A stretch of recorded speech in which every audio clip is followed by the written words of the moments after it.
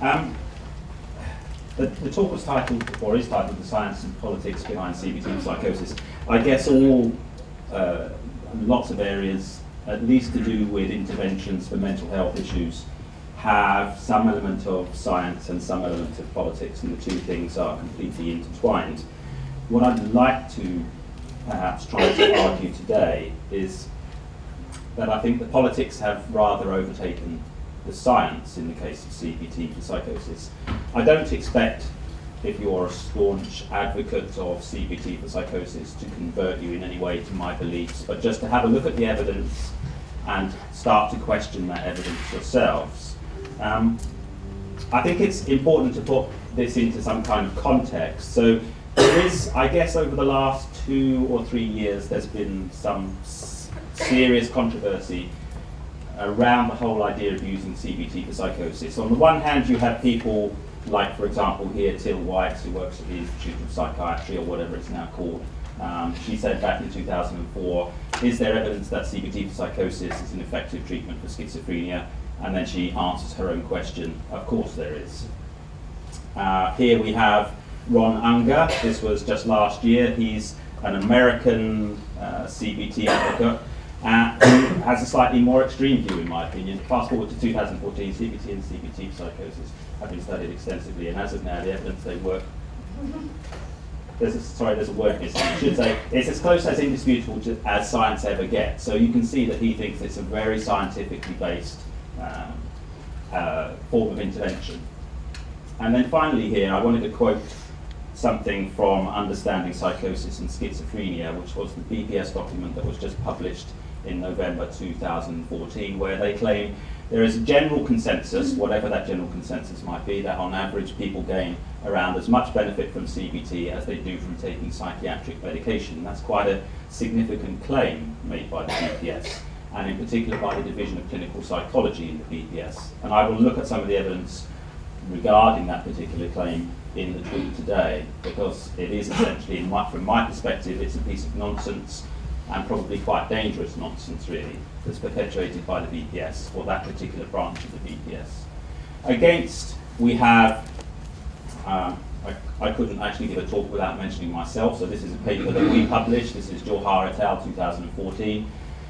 We published a meta-analysis last year in the British Journal of Psychiatry, and this is just a quote from there. The UK government's continued vigorous advocacy of this form of treatment might be considered puzzling, and claims that CBT is effective against these symptoms of the disorder are no longer tenable. And this is the key point. All of the literature is about the attempt to use CBT to reduce the symptoms of psychosis. Whatever people tell you, whatever that happens in their clinical practice, that's something else. I'm just going to concentrate on the evidence that's presented. So, for example, what kind of evidence is presented by the National Institute of Clinical Excellence in their advocacy of CBT for psychosis, and it all relates to symptoms. And here is, if you want, a slightly more impartial description. This comes from the Cochrane Review by Jones et al. in 2012. At present, it is not possible to assert any substantial benefit for cognitive behavioural therapy over other psychological therapies in regard to schizophrenia. And what they mean by other psychological therapies here are things like supportive counselling or befriending. So things which are essentially much simpler, less technical than CBT. There's no evidence at all, as far as the Cochrane people are concerned, that CBT is any more efficacious than things like befriending, supportive counselling. And I will talk about that evidence later. We did a meta-analysis in 2010 where we came to exactly the same conclusion. There's no significant advantage of CBT over supportive counselling or over befriending. It is essentially what people refer to as the dodo bird hypothesis. If you sit down with people for an hour a week for several weeks, it doesn't matter what particular therapy you offer them, then they will show some kind of benefit from that interaction. And that's what's really laid out by this Cochrane review. Unfortunately, schizophrenia is, we might describe it as a treatment graveyard. There's a whole history of kinds of treatments that have been offered to people with schizophrenia, or more latterly the description psychosis. And I just wanted to put this into some kind of context, because it's quite interesting and quite important to see where we're at with CBT The first thing to think about is psychoanalysis, and psychoanalysis was used as an intervention for people with psychosis, but actually psychoanalysis worsened the symptoms of people with schizophrenia. And there's quite a lot of evidence that certain kinds of psychotherapy, and psychoanalysis in particular, can make symptoms worse. And some people say, well, it's just talking, how can it possibly make them worse? But here's a quote going all the way back to 1962 from Trow. Psychotherapists have perhaps naively held to the belief that even when psychotherapy did not prove therapeutic, it at least did not facilitate a negative change in personality functioning. And that's completely erroneous. There is evidence, actually, that certain kinds of psychotherapeutic intervention do create problems for patients, and I will talk about some of those toward the end of my talk today. We can't assume that just talking to people is always benign. If something is powerful enough to create positive change in people, then it's going to be powerful enough to create negative change in people. It's not going to be something that only works on the positive side. Even though many clinical psychologists try to make this claim, the problem for clinical psychologists is that they don't actually examine the negative consequences of psychotherapy. It's a well-documented fact that psychotherapy trials do not kind of clearly monitor or record the adverse effects of applying psychotherapy to people. Whereas, for example, in drug trials, 100% of drug trials have to clearly document how adverse effects were studied and what they were. I went through 50 randomized controlled trials of CBT for psychosis that have been published, and 3 of them mentioned the adverse effects, and 1 of those mentioned the adverse effects in relation to drugs. So only 2 out of 50 studies that I could find even had the word adverse effect in there or the word harm. They just don't report anything about the adverse effects or the harms. Here's another example. This comes from Fairweather. This is again very early, 1960. They did a study. Hospitalized chronic psychotic patients deteriorated when given intensive psychoanalytic psychotherapy. They became symptomatically worse, required lengthier hospitalization, and there was a decline in their self-esteem. And again, later on in the talk, I'll show you that there's some evidence that this is also true of CBT for psychosis. Here's another example, a bit later, 1986. Intensive psychological treatment interventions carry the risk of harming chronic schizophrenic patients. Such interventions are analogous to pouring boiling oil onto wounds. So you can see that it hasn't always been viewed as a benign thing. Somehow CBT has been re-represented as this totally benign thing, but there's a long history that talking to other people can be very problematic for those individuals. So that's psychoanalysis.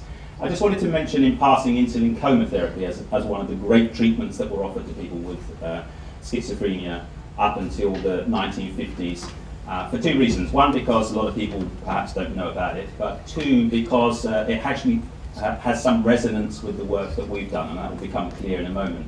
Insulin coma therapy was something that was strongly advocated in the 40s and 50s. The problem with insulin coma therapy, that is regularly putting people into comas and somehow thinking that that would shock them out of their psychosis.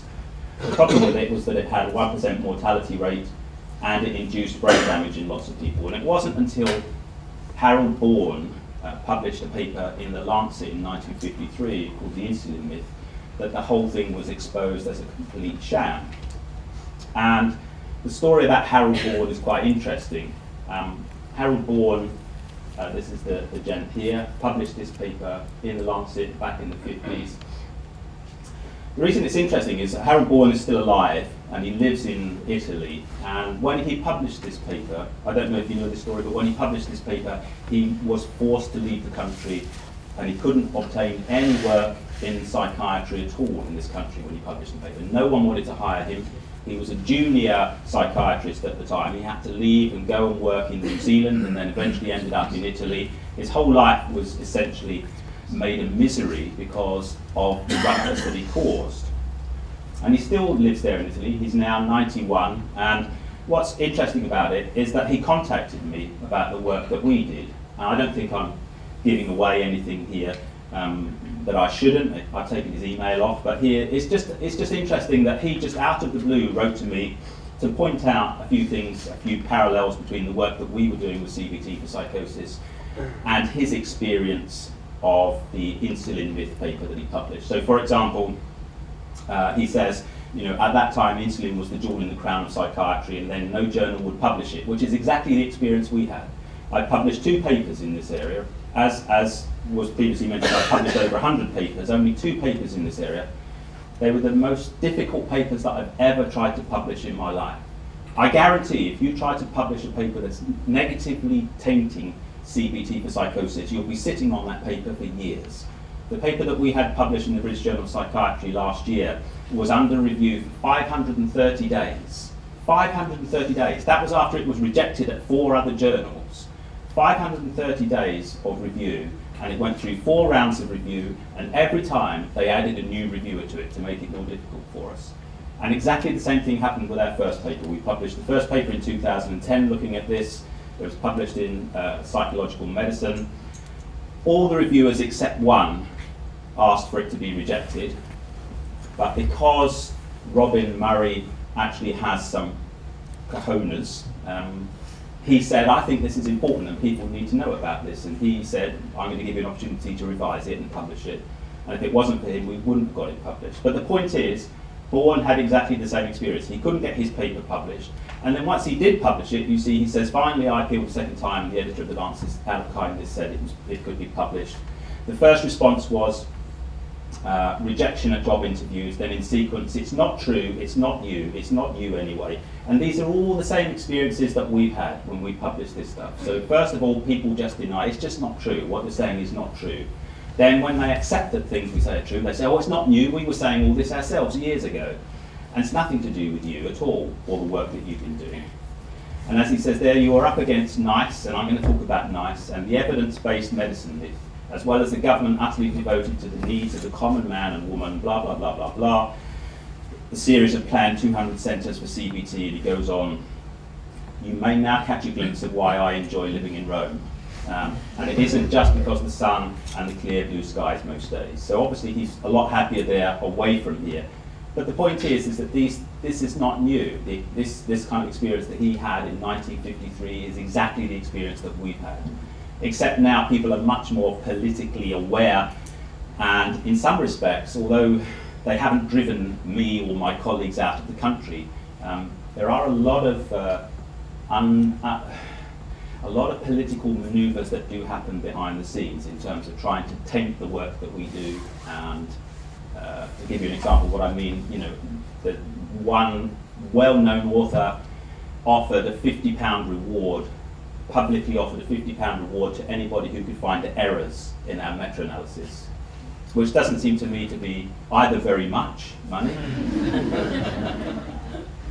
or a very generous thing to do, really. If he thinks there are problems with it and he's not bright enough to find them himself, don't start offering other people £50 to do it.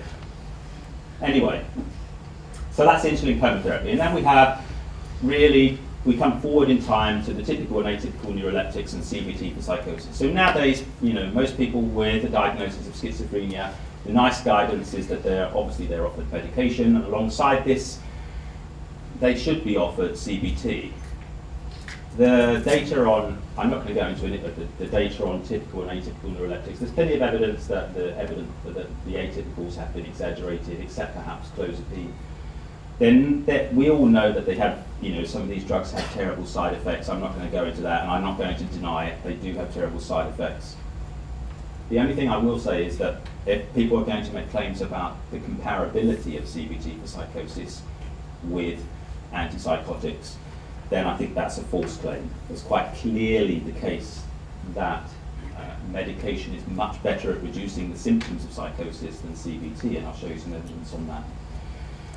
And most of how we view typical and atypical neuroleptics and CBT for psychosis now is based upon meta-analysis. So for those who are not familiar with meta-analysis, I will say a little bit about it in a minute, but it is nothing very complex. I'll show you exactly how it's worked out.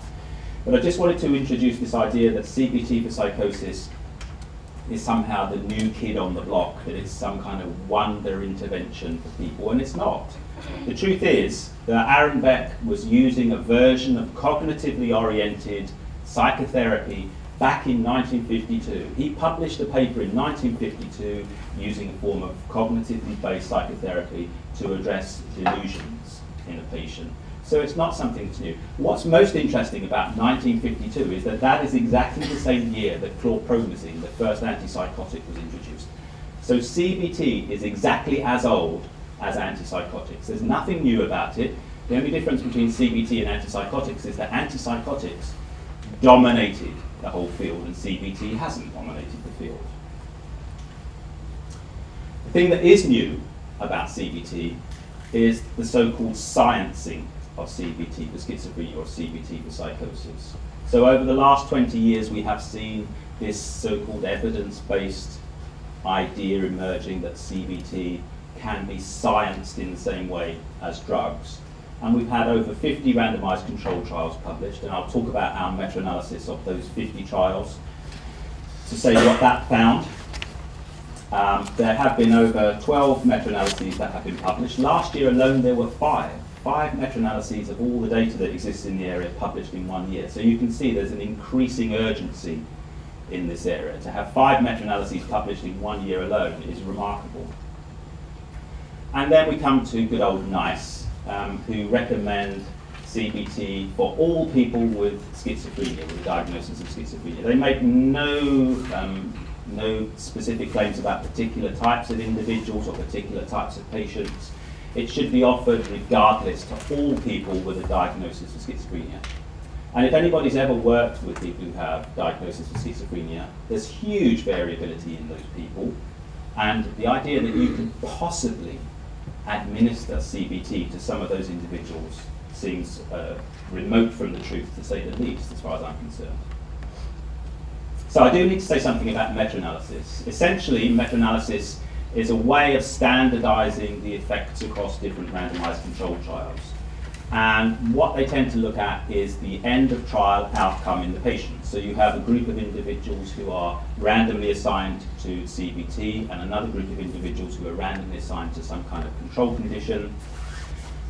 And at the end of the trial, you just look at the symptom measures of the two groups and you calculate what's called an effect size. Essentially, an effect size is this. It's just the control mean minus the CBT mean divided by the standard deviation. So for example, if you have some symptom outcome measure at the end of the trial, your controls at the end of the trial have a score of 105 on some symptom measure, your CBT group have a score of 100 on the symptom measure. You know that the standard deviation across the two groups is roughly about 10, so the effect size works out to be 0.5. And what that really means is like half a standard deviation difference between the two groups. That the CBT group show a reduction of their symptoms, which is about half a standard deviation different from what happens in the controls. So it's a fairly straightforward and transparent description. And then what you do is you do that for every study that's been published, and then you pool all of these effect sizes, comparing CBT versus whatever the control happens to be, and you derive some general average effect size across all the trials. And we could do this for the 50 trials that we looked at, and I'll show you some examples in a moment. And the rule of thumb that's given by somebody called Cohen, who really is a godfather working in this area, is that an effect size of 0.2 is regarded as small, an effect size of 0.5 is regarded as moderate, and an effect size of 0.8 is regarded as large. Now, if you don't know very much about effect sizes and you don't know very much about interventions, there are very, very few psychiatric-based interventions that would go into the large range here. There's only one antipsychotic that reaches 0.8, and that's clozapine. Every other antipsychotic is lower than 0.8, some of them significantly lower than 0.8. So 0.8 would be a very unusual effect size for any psychiatric intervention. Having said that, we just published a meta-analysis looking at the use of ketamine to reduce depression, and we got effect sizes over 1. So we've got very, very large effect sizes showing that ketamine reduces the symptoms of depression. So, if you apply this technique and you look at all the meta-analyses that have ever been published, what do you get? Well, here are a dozen meta-analyses that have been published in the last 14 years, going all the way back to 2001. Here's one by Aaron Beck, You come along, here's one by Teal White, who I mentioned earlier. Here's the nice one. This one, Lynch et al. Is ours. Johar et al. Is ours. What do you get? Well, right back in the beginning, Aaron Beck had an effect size of 0.9, which is huge, huge. Bigger than any effect that I've ever seen for any psychiatric interventions. And then Gould et al., it came down to just under 0.7. And then Zimmerman down to just 0.4. You can see where I'm going with this. Maybe if you know the constellation of Cassiopeia, you can even predict what it's going to look like.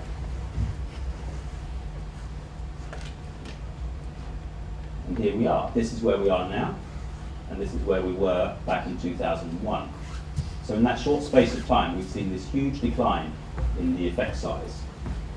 The important things to look at here are how many of these recently are under this 0.2 barrier, which is the so-called small effect size. Every single meta-analysis that's been published in the last few years, since the NICE one in 2009, every single one is below that 0.2 barrier. So every single one is producing an effect which is smaller than small, whatever you might describe that as. Why does it come down like this? The main reason it comes down like this is because studies use increasingly tighter methodology. So many of the original studies up here that were included in these meta-analyses, and I'll talk about this later, many of them were what are called open trials, where the people who were assessing the symptoms at the end know which group that the person was in. They know that the person received CBT, or they know that they were in the control group. So they're completely aware of what went on. Most of these trials that are included later here tend to be blind trials, where they don't know which group the person was assigned to. And I'll show you some evidence on this later. It's remarkable the difference it makes for CBT therapists, whether they know that the person received CBT or that the person didn't receive CBT. Anyway, you can see that ours sits in here along with all these others. In fact, of these last 5 that have been published here, ours is slightly higher than the others. Yet ours has been the one that's been most criticised, probably because the other people aren't quite as vocal about it, maybe as I am. I don't know. Anyway, you can see it's declining. So, if we put this into plain language, what does it mean? It means that 15 years ago, CBT treatment might have predicted a favourable outcome for about 1 in 3 patients. And now, in 2014, it's more like 1 in 20 patients would potentially benefit from CBT intervention. But bear in mind, this is 1 in 20 that we can't identify. We don't know who this one person might be who could potentially benefit from CBT. So we have to treat all 20 people to find that one person. And this raises several issues. One, of course, which is the cost, because CBT is always pushed forward as being cost effective, but something is only cost effective if A, it's effective, and in this case it's not. So it can't really be cost effective. But the point is, if it costs £2,500 to £3,000 to administer CBT using NICE guidelines, and I think £2,500 to £3,000 is an underestimate here, but that's the estimate that they give, somewhere between £2,500 and £3,000, for 16 weeks of 1 hour, one-to-one CBT therapy for an individual. That's what's advocated. And I'll come back to this later. Why it's 16 weeks? There's no evidence at all why it's 16 weeks. It just so happens it's 16 weeks because most of these trials are 16 weeks. That's why it's 16 weeks. Anyway, so instead of costing £2,500 to £3,000, one success is going to cost you at least £60,000. But that one success may also have some other problems. What about the other 19? Maybe they don't change? Or is it possible that some of them may even worsen? So in order to detect that one person, you may make other people worse in their therapy. We've already seen that certain kinds of intensive therapy that I mentioned, even going back to the 60s, can worsen people's symptoms. And I'll show you some evidence later that this is true of CBT. Now turning to NICE, CBT is, I know people always say to me, CBT is not a panacea, CBT is not a panacea, but it seems to me that CBT is a panacea. Everything about CBT suggests that it's a panacea. The NICE guidelines say the aims of psychological and psychosocial interventions in psychosis and schizophrenia are numerous. They sure are numerous. NICE endorsed CBT for psychosis for the reduction of symptoms, for reducing distress, to prevent relapse, to improve functioning, to reduce depression, to increase medication adherence, and to improve insight. Now, there are a few things I will say about these. I'm going to show you the evidence on symptoms. And you'll see, at least from my perspective, the evidence isn't very good on symptoms. In terms of distress, clinicians often say to me, when we publish their paper, they say to me, well, we're not interested in symptom reduction. What we do is we reduce the distress associated with the symptoms. There isn't a single paper ever published that shows reduction of distress in people with psychosis following CBT. Not one single trial ever. There are some trials that show it increases distress, but there are none showing that it reduces distress.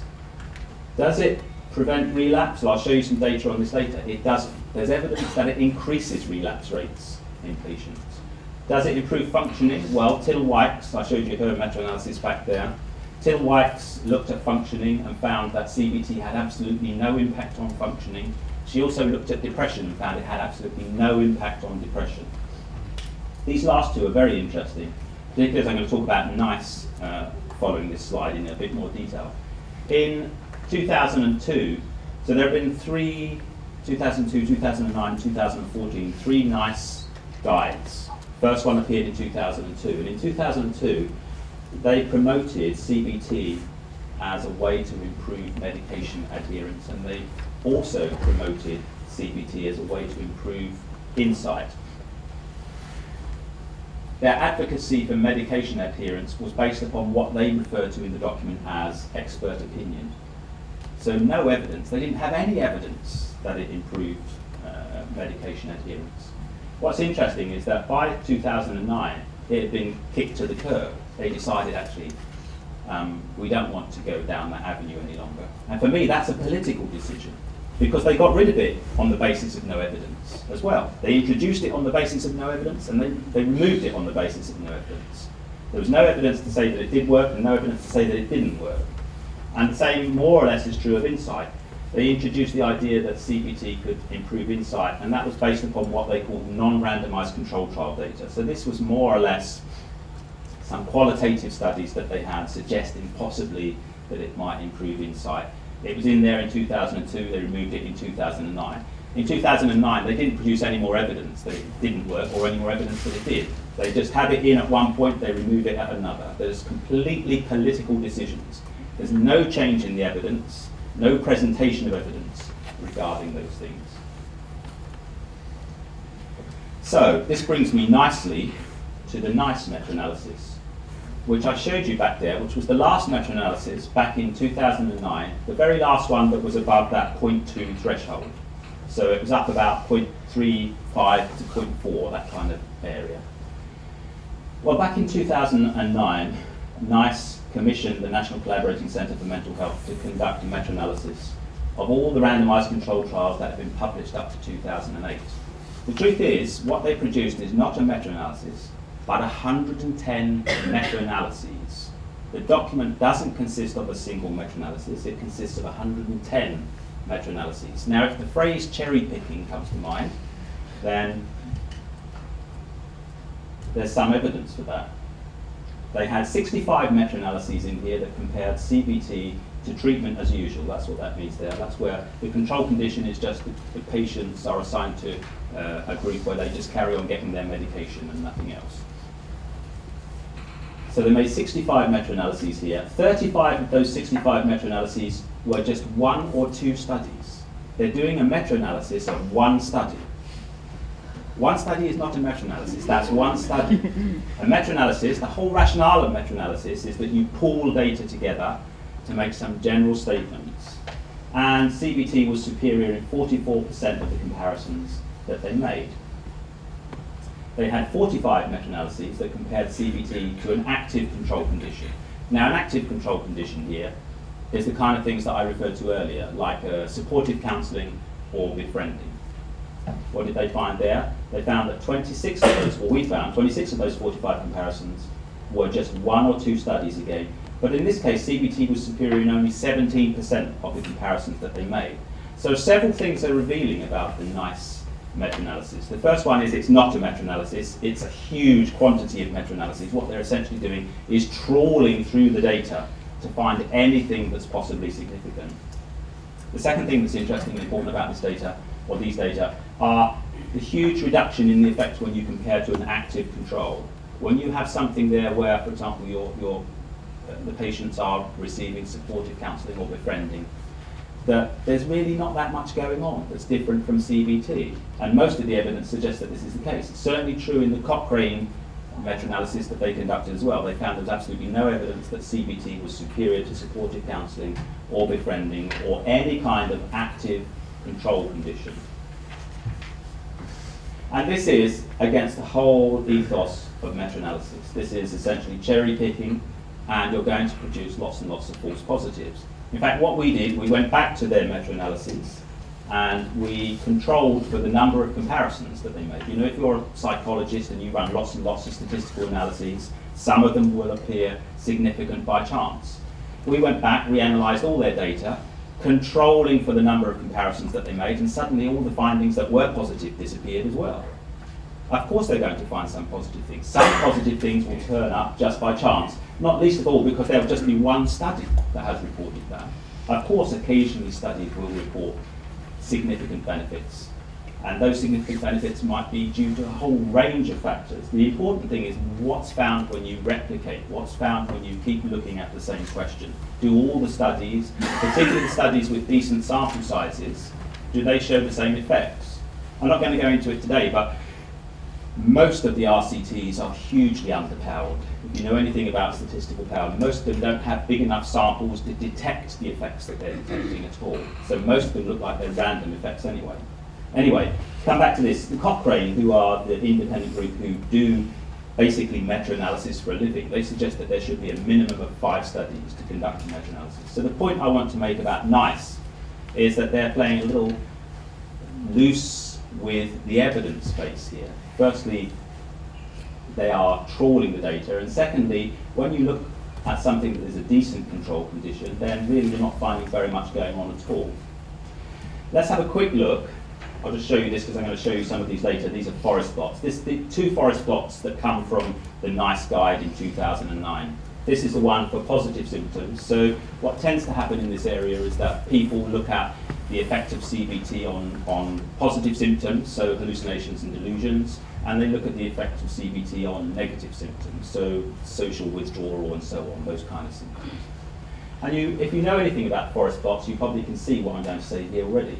This forest plot shows you the studies. Up here on the top you have the group CBT studies, down here you have individual CBT studies.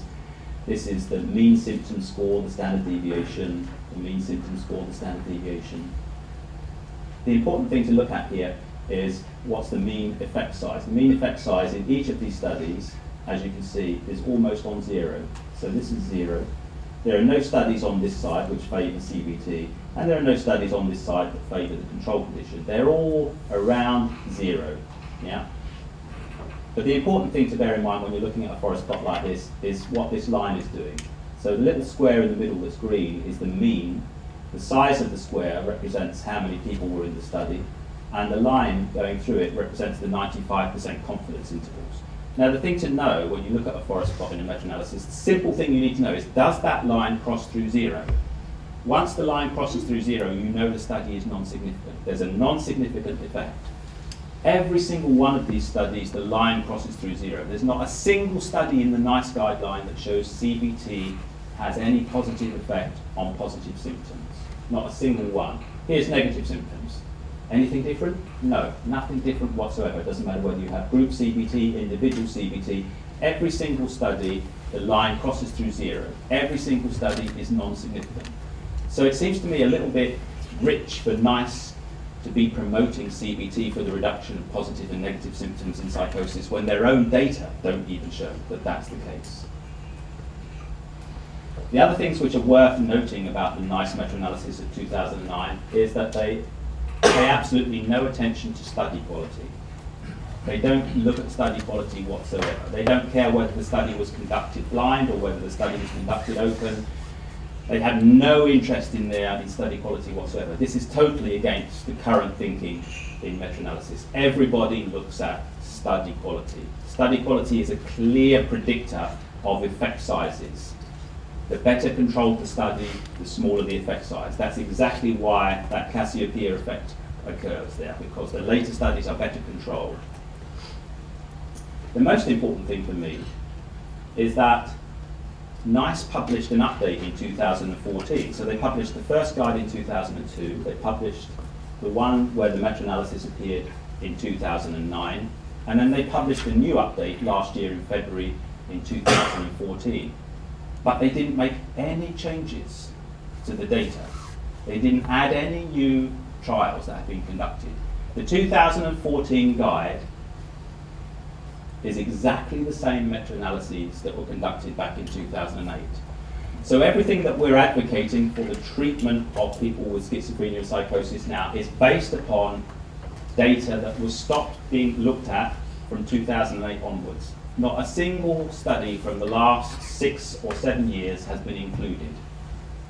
And that amounts to more than 15 randomized controlled trials that have been published. In the last 6 or 7 years, more than 15 have been published. And let me tell you, not a single one has documented a positive, significant effect of CBT for psychosis.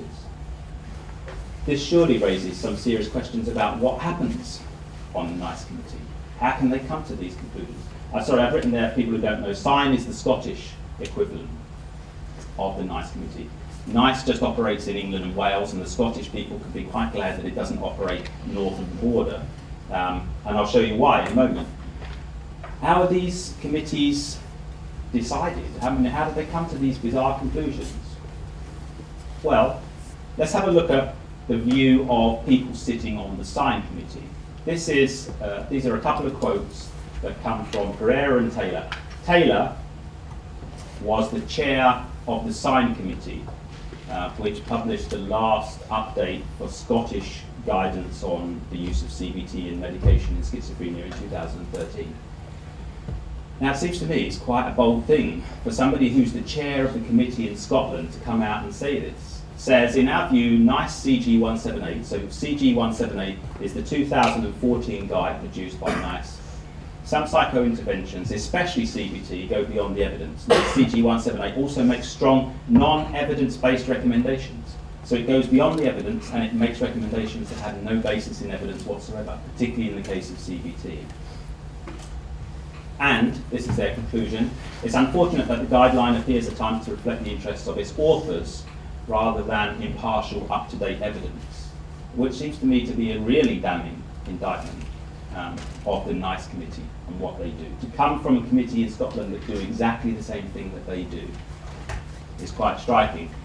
And as I said, Taylor was the chair of the SIGN committee guideline 131 for the management of schizophrenia. They published that in 2013. You can go and have a look. This is a much more updated guide than what we have south of the border. I still think their guide is wrong because they still advocate CBT for psychosis, but at least they do look at the evidence a bit more clearly. The NICE committee itself, this is the committee from 2009, and what's interesting is just how many CBT advocates sit on the NICE committee, which advocates on the treatment for schizophrenia.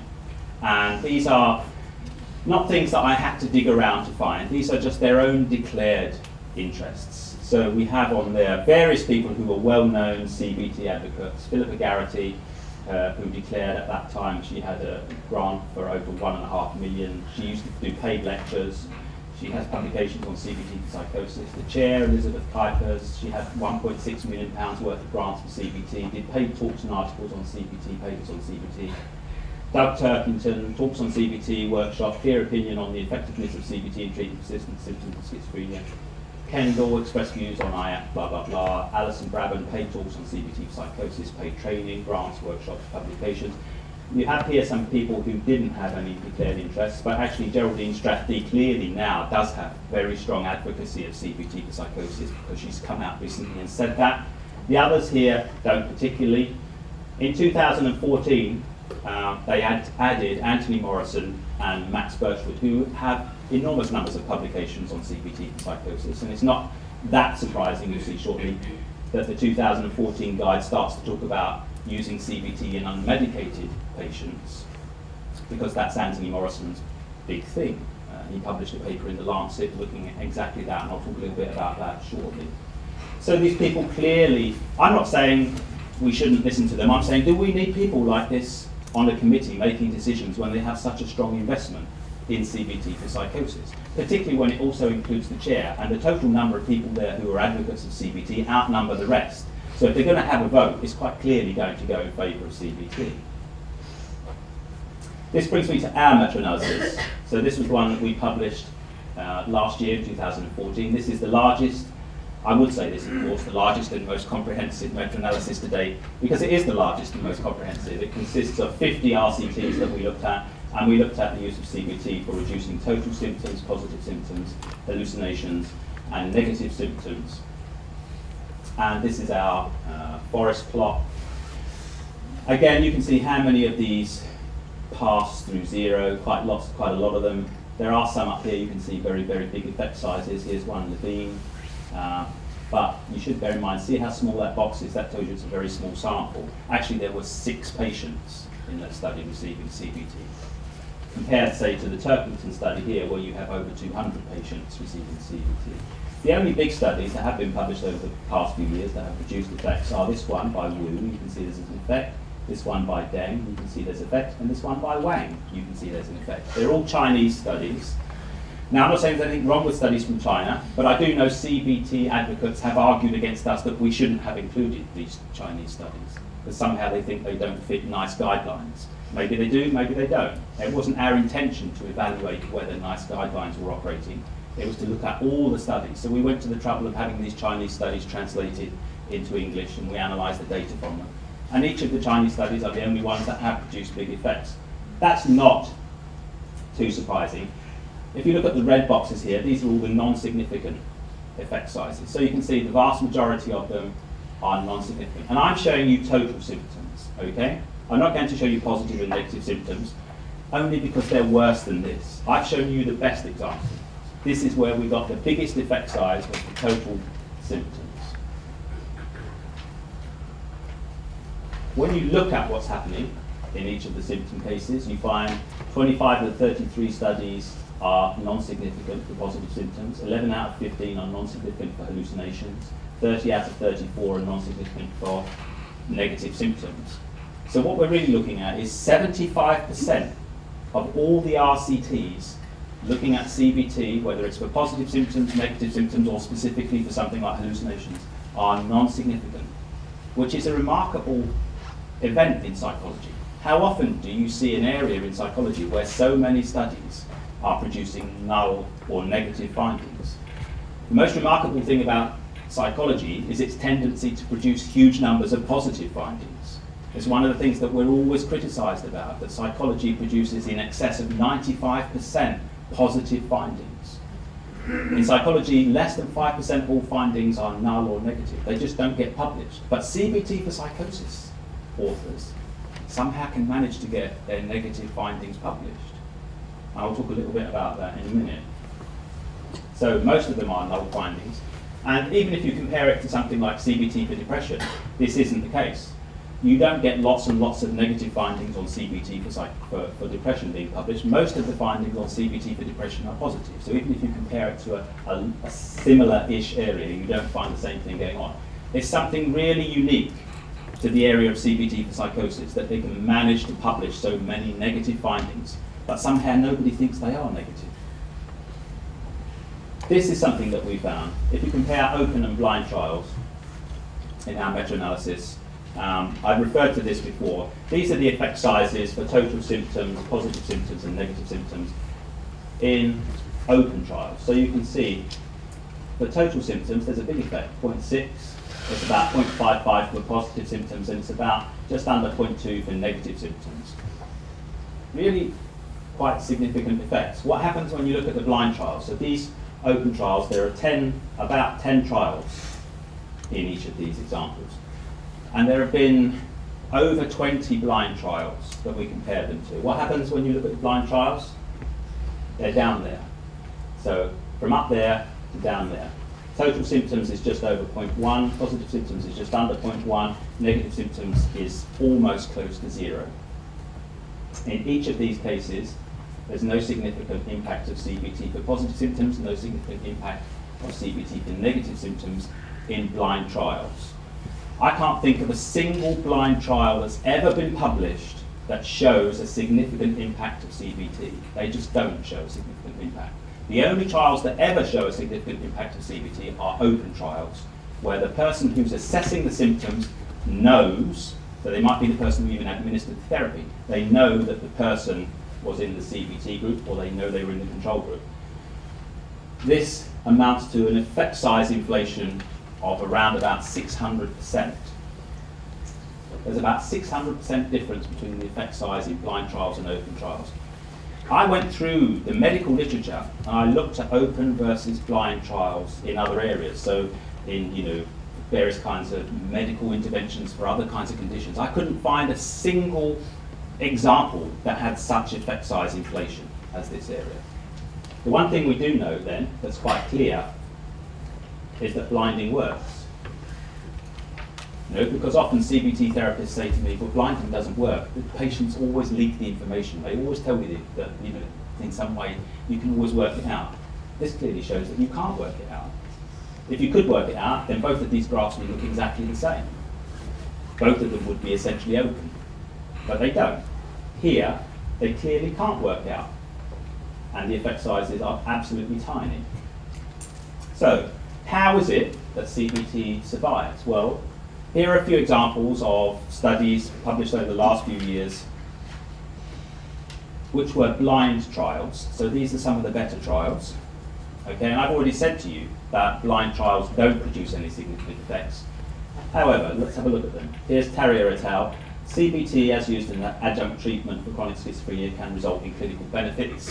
Sensky, CBT is effective in treating negative as well as positive symptoms in schizophrenia. Lewis et al. The Lewis et al. Study was a large study, the Socrates study. CBT shows transient advantages over routine care alone or supported counselling. Durham, CBT condition gave significantly greater improvements in overall symptom severity. Bechdolf, group CBT may improve, blah, blah, blah, blah, blah. They're all giving a very positive impression.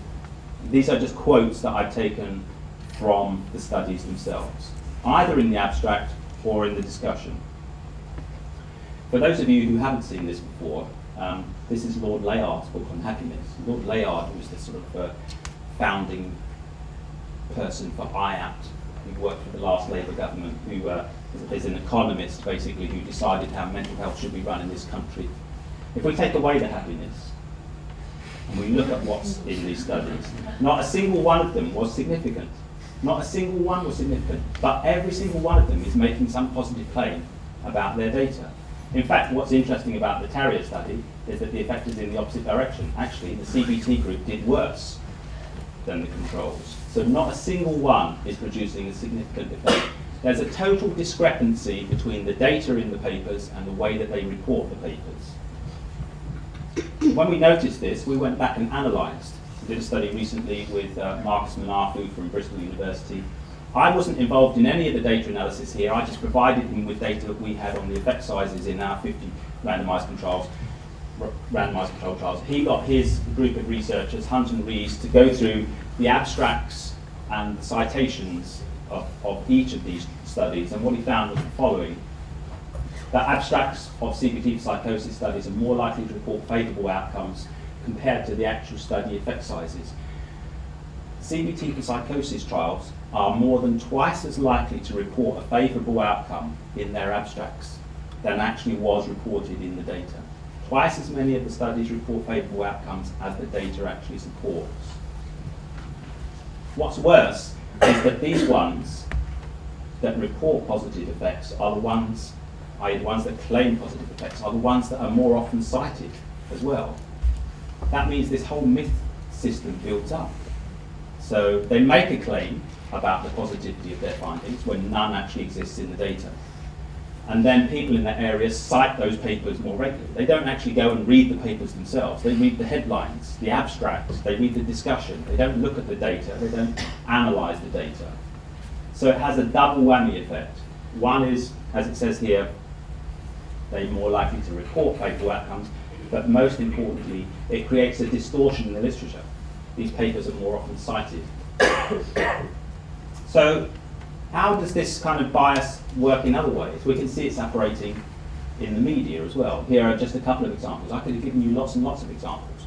These are two examples that are going to lead me into a quick little discussion of the Lancet randomised control trial by Anthony Morrison last year, looking at CBT for unmedicated patients. And this is the kind of study that's kind of underpins the idea that BPS have been promoting recently, that you can give CBT to unmedicated patients. And here are a couple of examples. Schizophrenia, time to flush the meds. Here, at last, a promising alternative to antipsychotics for schizophrenia. The media clearly buying into this idea that CBT is an alternative, some kind of alternative to medication. But not all of the media are buying into it. This is a good example. This is the study as it was reported when it was first published in February. So schizophrenia, talking therapies, effective as drugs, or I should say as effective as drugs. 3 or 4 days later, the person who wrote this, James Gallagher, after a lot of people pointed out to him that this was a total crock, there was absolutely no evidence in the paper at all to suggest that talking therapies were as effective as drugs, changed the headlines. Talking therapies are moderately effective. And it's very remarkable for the BBC to actually do that and change their headline here. But good on them, I say. At least they're more honest than the people doing the research, perhaps. So let's have a look at this study. Morrison et al. It's an important study. Published in the Lancet last year, 2014. First ever trial of CBT with people who weren't on medication.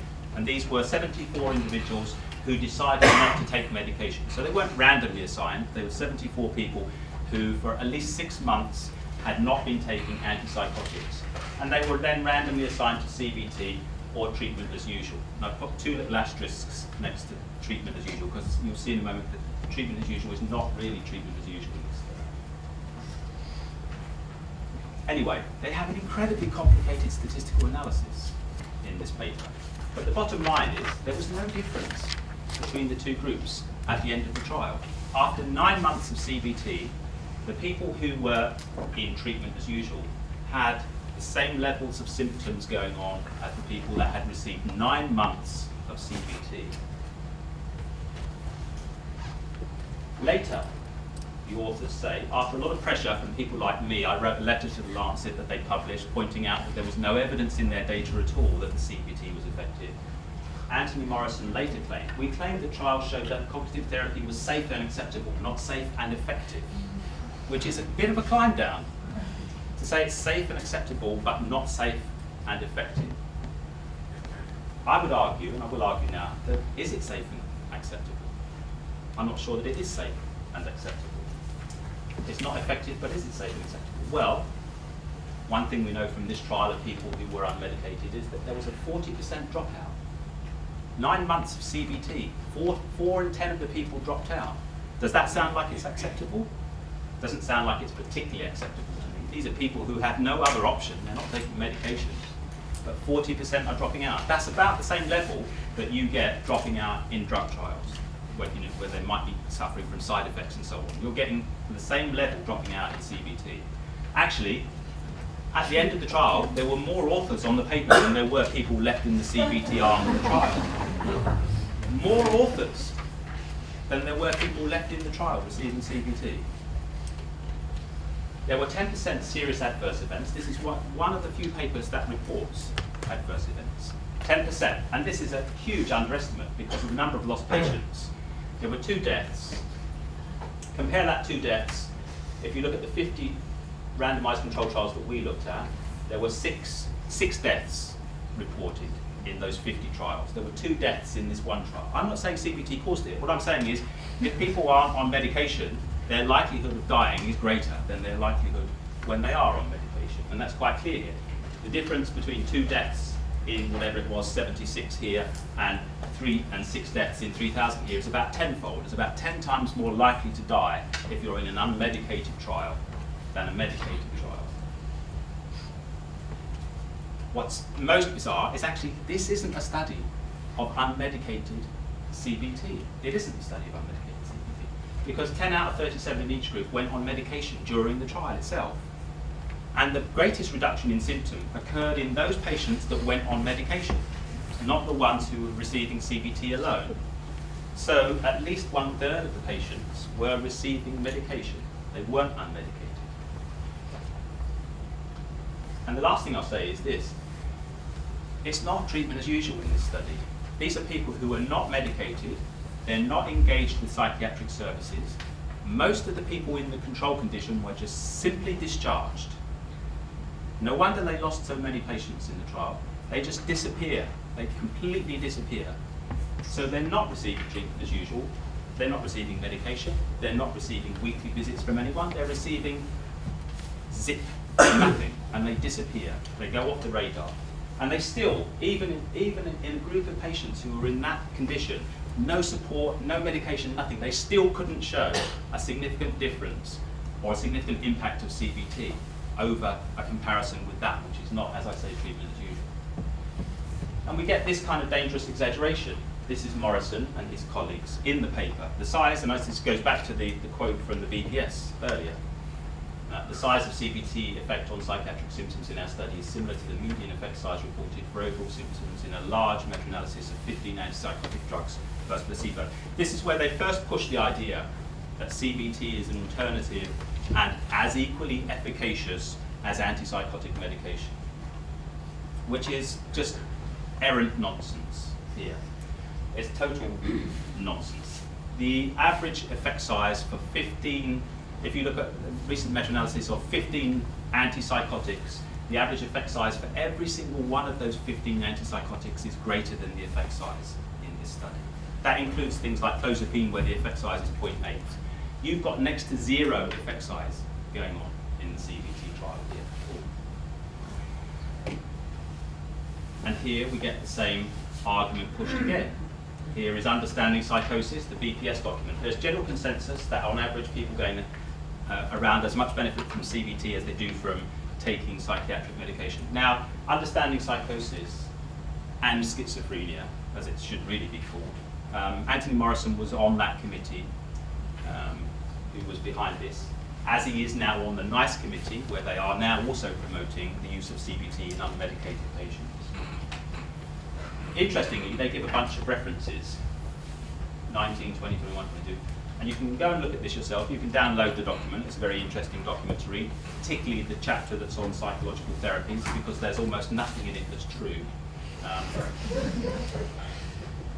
You can go and look at these references. There isn't a single study ever published that compares CBT with medication. Not one study has ever been published. There's one going on at the moment for which Anthony Morrison received £2.5 million of grant money, and he's conducting one at the moment. But apart from that, there's never been a single trial. So what they're basing their evidence on is quite interesting when you look here. I've highlighted two of them, 21 and 26, because they're my studies. The cheek.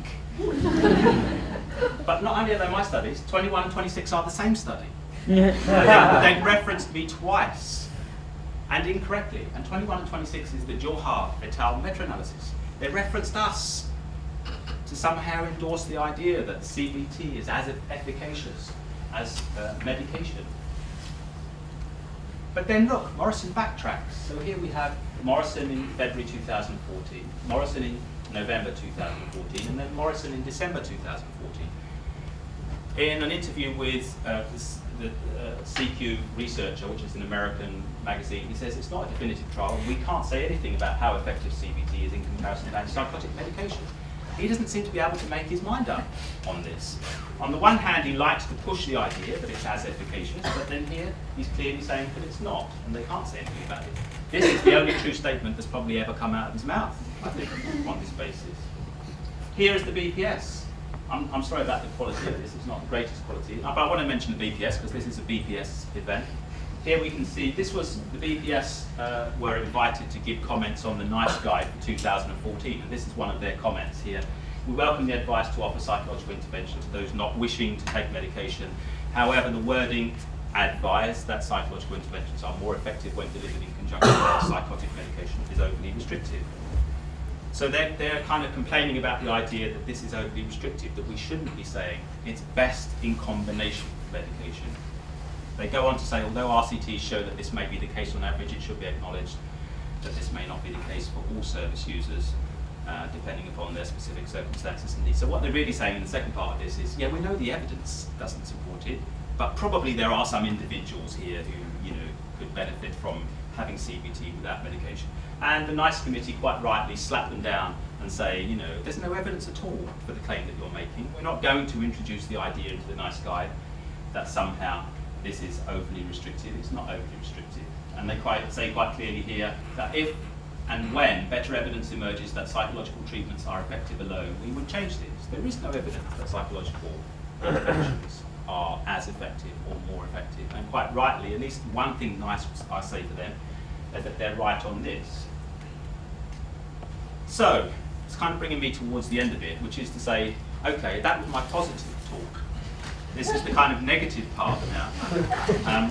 So, the possibility that I alluded to right in the beginning, which is that CBT, is it possible that CBT might make you worse? I'm just going to refer to other people's data here. I could refer to our own data, but I'm going to show you that at least other people have come out with this themselves. Beltor et al. Published a meta-analysis last year. It was looking at negative symptoms of psychosis. They had 28 RCTs looking at the impact of CBT on negative symptoms. And here are their data. This is their forest plot again. You can see how many of these cross through zero. In fact, all of the red ones are non-significant.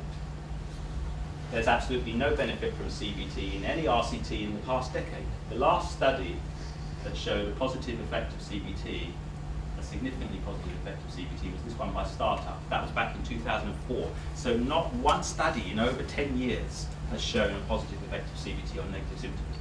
What's most important, though, is that at least 12 of these studies show symptomatic worsening. Every study that's on the left side here, where the box is on the left, is where the control group show greater reduction of symptoms compared to the CBT group. Controls are doing better than the CBT group. Yeah? And in some cases it's significant. This study here is a significant one. This one up here, Bechdolf, is also significant. In fact, there are more significant worsenings than there are significant positive effects of CBT. So there's clearly evidence that CBT may have negative impact on certain specific areas of psychosis, particularly for negative symptoms. And I alluded to this earlier about relapse, the possibility that it worsens relapse. This was our meta-analysis back in 2010, and this is essentially looking at how many people relapsed in the CBT group compared to the control group. These are the various studies.